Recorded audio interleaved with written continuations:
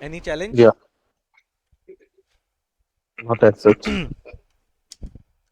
Don't worry, we will be using all of these data types while designing our database and tables.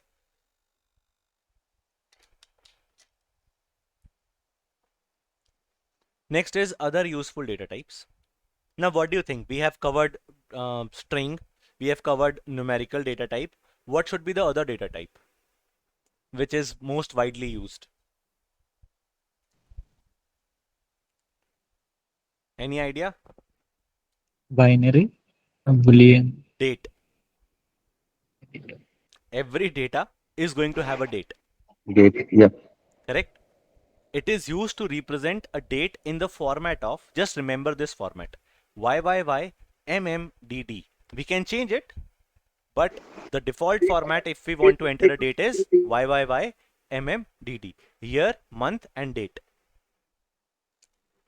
Clear? Now date Yeah. cannot store a time. It can only store a date. For example, okay, this is also very important. Which dates can be stored in the date column? Anything which is starting from 1st of Jan 1000 till 31st of December 9999. Now I am sure there is no data as such which can cross this date or which will be less than this date. Correct? So we can store any date so far. Now let's suppose my date is 25th of July 2018 9:30 a.m. What will be displayed or what you are going to store in that particular data type as date? 2018 07 Zero seven 7, 20. 25. 25. No time is there. But if you also want to store time, then it is date time. Simple. For date, it is date. If you want to store date and time, that is date time. Next to date, we could also save the time. Now in here, we can store till hours, minutes and seconds, till microseconds also. Now if this is the same date, 25th of July 2018, how will you store that? 2018 07 25 9:30 00. 9:30. Fair enough? Yeah. Yeah. All right. Now it represents the date shown on the calendar and the time shown on the clock. Whatever you are writing 9:30 a.m., 10:30 a.m., that is a time in the clock, correct?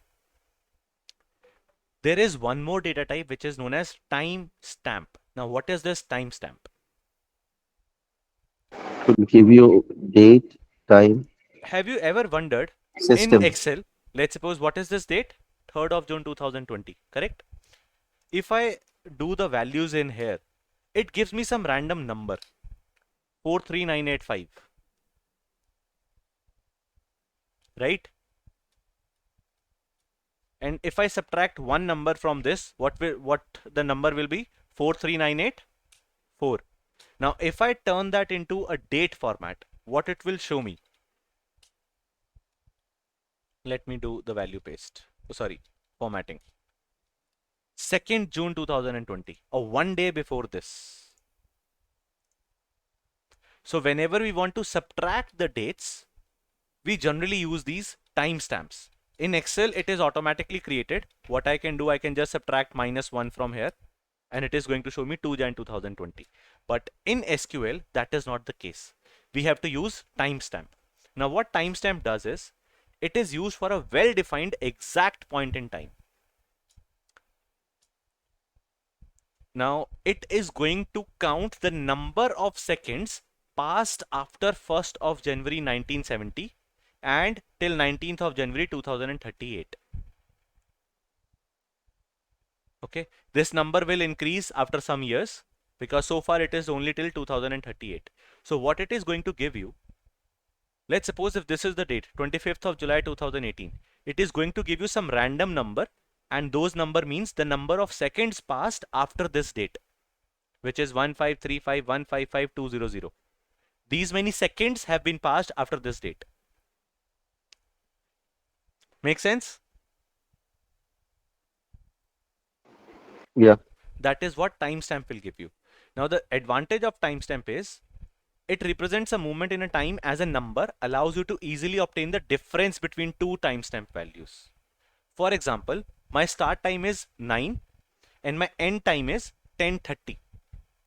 Now, how will I get the exact amount or the time that has been passed after these two dates? To convert that, first you have to convert them into timestamp. And after that, you will get some random numbers, which is 5400 seconds. You divide it by 60 to minutes. You divide it by another 60 to get hours.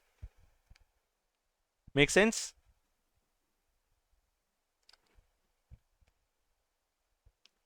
Is it clear? Now I'll tell you the example when do we need to subtract the times. Now let's suppose you have, again, you're working as an Amazon, right? You have your date, then you have your, let's suppose, order date. Sorry, order date is there only. And then you have shipped date. Now your date of order is, let's suppose, 1st of September 2023. And your ship date is 2nd of September 2023. And this is my purchase number 1. Purchase number 2, again ordered on 1st of September, but it got delivered on 4th of September 2023. Then again third, 1st of September, it also got delivered in 2nd of September.